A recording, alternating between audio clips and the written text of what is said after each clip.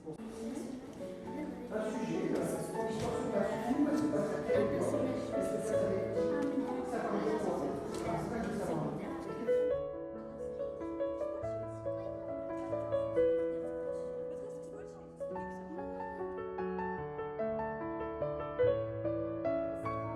D'étranges extraterrestres vivent sur la planète Mars.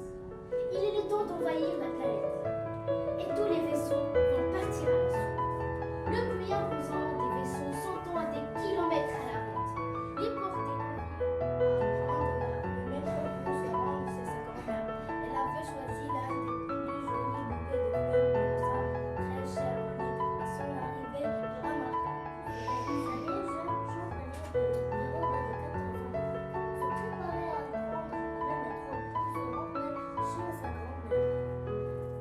sa grand-mère. Elle avait choisi l'un des plus jolis bouquets de fleurs pour sa très chère amie. À son arrivée, il remarqua. Il est temps d'envahir la planète Terre. Et tous les vaisseaux vont partir à l'assaut. D'accord, toi c'est bon. Fais un essai. Mon peuple, après ces longues années d'entraînement Moins fort, intensif, moins fort. l'heure a sonné d'envahir celle qu'on appelle la Grange Bleue. Les terriens peuvent trembler.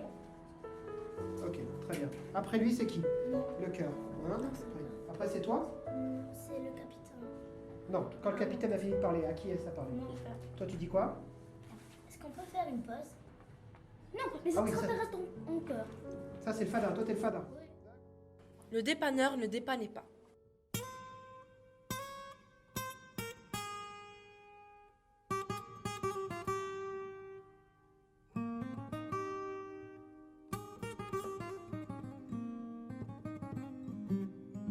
C'était le coucher du soleil.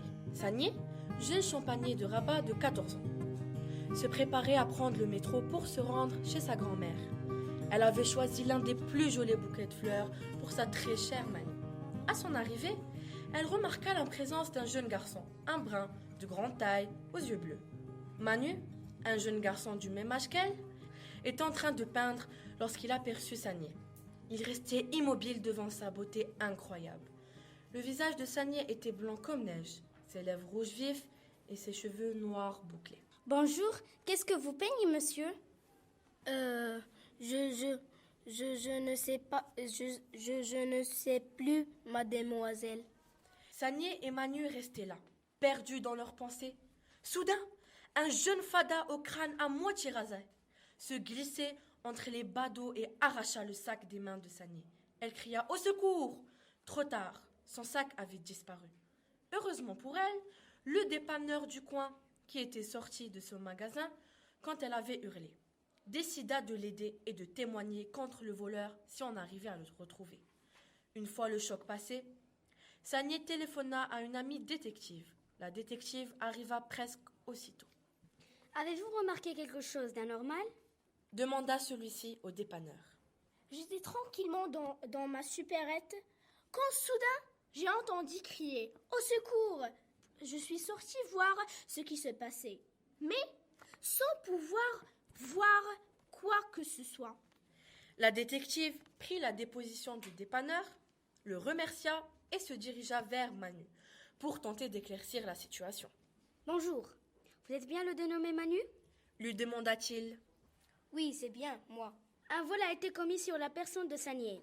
Avez-vous remarqué quelque chose de louche? En toute vérité, subjugué par la beauté de Sagné. J'étais en train de la dessiner. Je n'ai rien vu, je suis désolée. En écoutant le récit du peintre, la détective remarqua une lumerote au-dessus de l'entrée du dépanneur. Il y avait une caméra de surveillance. Après avoir remercié Manu, elle se dirigea, excitée, vers la centrale des caméras de vidéosurveillance pour voir ce qui s'était réellement passé. Bonjour, vous êtes bien le responsable de la centrale? Oui, que puis-je faire pour vous? J'aimerais visionner la vidéo du 5, rue de Paris aujourd'hui. Disons entre 19h et 20h30. Possible? Tenez, la voilà. La détective regarda attentivement la vidéo et remarqua tout de suite la présence du dépanneur près de Sagné. Il se dirigeait vers elle de manière chafouine et lui arrachait son sac, tel un lion arrachant un morceau de chair sur une gazelle à terre. La détective remit tout en ordre.